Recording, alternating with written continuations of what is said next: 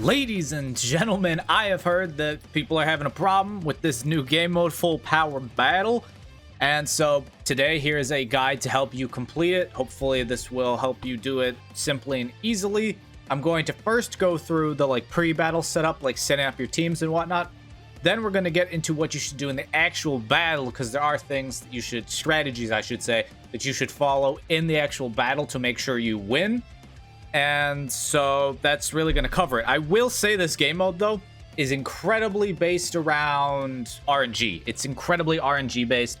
It's pretty ridiculous, but you can see that I have completed both of them on screen. So I've done it all, completed it all, got all my Z power for the free-to-play units, which I also will say, I think the reward going forward should be CC or something, not the free-to-play unit Z power, because I feel like free-to-plays are a big thing, especially for new players, to kind of give them some better units. Now, obviously, free-to-plays aren't the best, but the free-to-plays these days are actually pretty good.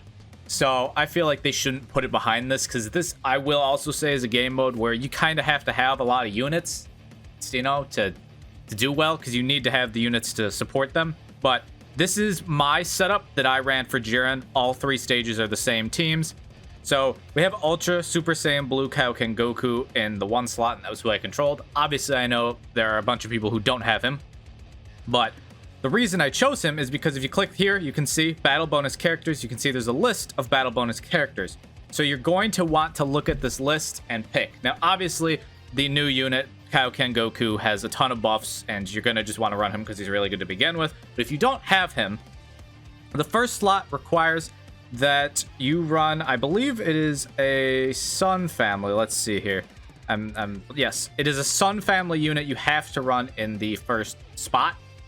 So for your Sun family unit, I would probably actually recommend that you run UI Goku there in that Sun family slot.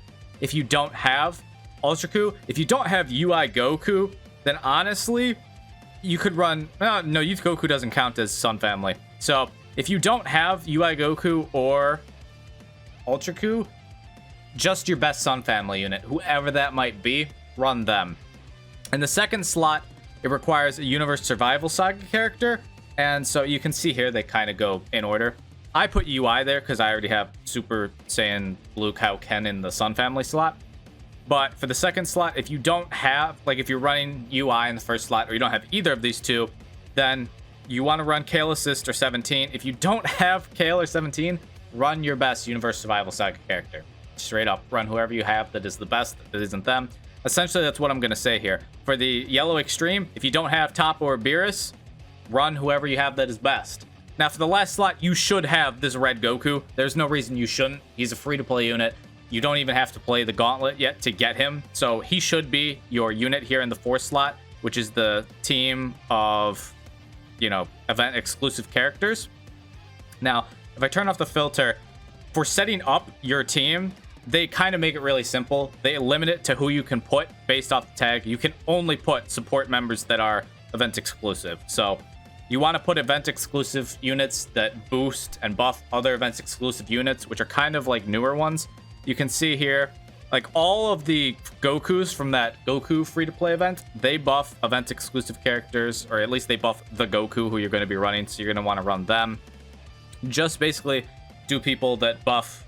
And you can see if they buff it, here, I'll take out Goku just to show this off, Drip Ku. When you put him in, you can see that the red Goku there lights up. Bam. That's because he's getting the buff. That's how you know he's getting the buff. For comrades, that's really based off of who you have in your guild or you're friends with in the game. I have comrades. I had them set. The game is kind of weird. It kind of unsets them sometimes, I've noticed. It's going to take a minute here to load. But you're just going to want to pick, whoever the best is. Running this Goku, great option. If one of your friends has it set, run them. You can only run, we'll just confirm. You can only run the unit that fits the tag. Here, you can only pick Yellow Extreme units on the bench. That's why they're all Yellow Extremes. Here, you can only pick Universe Survival Saga characters. And here, you can only pick Sun Family. So that is the pre-setup for the Jiren. As for Toppo here, we'll run through Toppo's real quick. This is my setup for Toppo. you can see that I have Super Saiyan Blue Evolution Vegeta, then I have Android 18, then I have Extreme Ribrianne, and then I have the Super Saiyan Blue Vegeta free to play, because again, it's the same slots, except instead of Sun Family here, it's Vegeta Clan for the first slot, because they want you to run Vegeta. But again, the battle bonus characters, if you don't have Super Saiyan Blue Evolution Vegeta, you probably have this yellow Vegeta. He also has a Zenkai. Even if you don't have him Zenkai though, you can run him because he does have inflicted damage up, which is incredibly nice. You should run him. You probably have this guy if you've been playing any amount of time, because he's been out for forever. So if you don't have either of these two for Vegeta family, run your strongest Vegeta family unit. It's as simple as that. It's the same as before.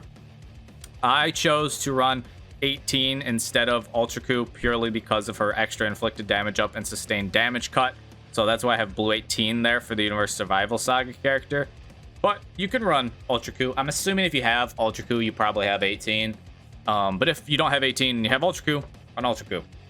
Extremes, I chose Ribrianne over Toppo this time because she has more inflicted damage. If you don't have either of them, your strongest is Extreme Yellow.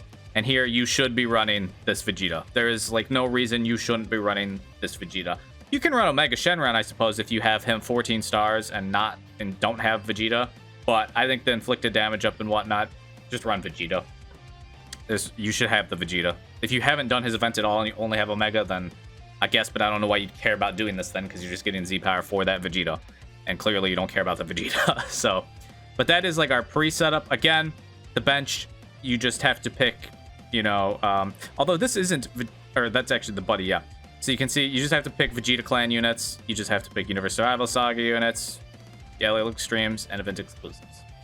Real simple, but that's important to do. You want to run the boost characters. You don't want to miss out on picking the boost characters because they're boosted for a reason. They help make this easier on you. Also, Toppo is purple, so if you wanted to run Kaioken, you know, you get that too. But just keep that in mind. If you don't have like any of the battle bonus characters, keep in mind that Toppo is in fact purple. And is Jiren also purple? Yes, they're both purple. Jiren is also purple. So now we're going to get into actual gameplay, and I'm going to show you in-game what you should be doing, because it's not just, you know, using the rush as soon as you get it. That's not how you want to play this game mode, at least from my experience. So let's get on into that. Okay, here we go, ladies and gentlemen. I recorded this just on my own, so that's why it's not in like the, you know, with the Kefla background or whatever. But so starting out, really, it's real simple. You just want to throw cards at him. You want to try and get your rush. You know, it's going to probably... I haven't had a time where it hasn't given me my rush in time for when he does his first, like, big ultra shield thing. And you want to save your rush for when he's doing... As this is on Scream, by the way. This is the hardest difficulty against Toppo. This is the Scream difficulty I'm showing you here. So I have the rush. I'm saving the rush. You don't want to use it yet. That Rising Rush is, like, your strongest move. So you want to save it. You'll see here, I'm about to get the yellow special card, the yellow rush card, the blast rush card, whatever you want to say. Save that as well. Don't pop that right away. You're going to want to use the, if you get the blast and the strike rush, you're going to want to use them before you use the rising rush. But as you can see here, those red zones, and see, I mess up here because I'd done it so many times where you want to avoid the zones, you float forward or backwards. Normally, I've seen a pattern they tend to do super far back, then close, and then far back again. Toppo switched it up on me this time, and I wasn't paying that close attention. But you can see here, I'm doing the blast rush. You want to tap 25 times in the time it gives you. That gives you the perfect score. And then, since I don't have my strike rush, we're going to use the rising rush. I know, there's a lot going on right now. It's because it's kind of high-paced at times. You just swipe on the screen, follow the instructions. It's real simple. You will complete the rush here, and we will... I think he's actually going to have a little bit of shield left. Maybe not. Let's see here. I don't remember exactly. So there's the big damage. He's going to fly back. Boom. And yes, he still had a little bit of his shield up. So I actually went and I think I popped main here. Yep, I popped main because the number one thing you want to do is don't let him get this attack off. You want to break his shield so he can't get this big attack off. Because if he gets these attacks off, you're going to lose. And that's why I say this mode is heavily RNG dependent. Because if it doesn't, he's going to most likely do 2 of those. He just did the first one there. He's going to most likely run another one here, and you know, after we do some more damage to him. If it doesn't give you your second rush in time, like your, you know, all the Dragon Balls before his second, you know, Ultra Burst timer gets to 0, you lost. It's just RNG. The game said, nah, it didn't happen. Jiren, I actually beat on Scream first try, but Toppo here took me, I think this was my 5th try. I wasn't getting the Dragon Balls before, so I couldn't break his second Ultra Shield. You need the rush. So number one thing, save your Blast Rush, your Strike Rush, which are the Blast and Strike cards that have special glowing borders around them, as you just saw earlier. You'll see more in a second here. And save your Rising Rush for when he is in that Ultra Burst mode. You have to break that, because otherwise your teammates will die. Also, another thing I think they need to change, yep, there's the Strike Burst. You can see it there. It's got the special glowing border around it. Another thing that I think they need to change is if you take any damage, like I had one time where Toppo tap blasted me, and then my computer AI, controlled teammate would hit them out of the way. Now you can see here, I have the Blast Rush and the Strike Rush and my Rising Rush. That's why I said RNG blessed me this time and I was able to beat it. When he goes into his Ultra Burst here in a moment, he's going to first, before the Ultra Burst, they always do the zones where you have to dodge the explosive zones. You can't control your teammates. If they get hit by it, they get hit by it because the game makes them stupid. But you yourself don't use these rushes. You want to save them for the burst. If you break the burst and then you still get one after, then you can go ahead and pull it, let it fly. If he's already done 2 bursts, here, float forward. I guess I didn't float forward, float backwards. 18 died, that's unfortunate. Float forwards, dodge it, boom, perfect. Now he's gonna enter into the burst. I know I'm speaking real fast, I'm sorry, but I'm trying to get a lot of information in a short amount of time here. This is the Strike Burst. You just want to time it when the ring gets into the other ring. It's real simple. Time it up, get the perfects. Get the perfect, it does a little more damage, bam, bam. Weakens the shield. Now I'll use the Blast, All Out Rush. Here we go. This is again tapping. This gets really tiring too. Like if you don't beat it first try and you get a lot of these, it gets really tiring trying to tap 25 in a row, because I did these like all in a row. And then I send my Rising Rush in. Well, bam. We're gonna break the shield here. Again, that's the whole point. If you can break the shield, your units won't die. Well, I guess 18 died, but you're in pretty good shape. If you break the shield, you're gonna probably win every time. I've never had a time where I broke his Ultra Burst every time and didn't win. It just hasn't happened. So we're gonna banish here after all of my other units use their greens or whatnot. And then I'm gonna get cover change there, because when you take any damage, you get cover change. Need to fix that. And then you can see here, we were gifted with another all-out rush. I'm sending this one now because he's already done 2 Ultra Bursts. He can go to 3, but you can kill him before he can get to 3. We get to 25 there, and you can see it does a whole bunch of damage there. We'll send the blue, and that just about does it. Right there, we win. So the key here in battle, save your all-out rushes, both the Strike and Blast, and then your Rising Rush for when he does the Ultra Burst. That's the biggest key. You have to save them for that.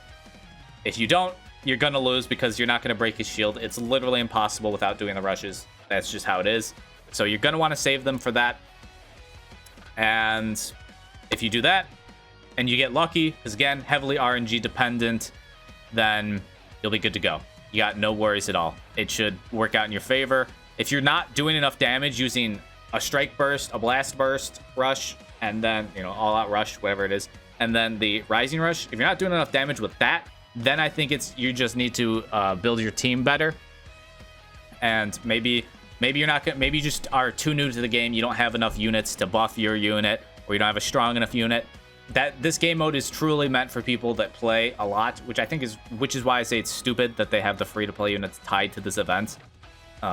It's whatever, but hopefully going forward, it's CC rewards. That's better and would get more people to be interested in it, honestly.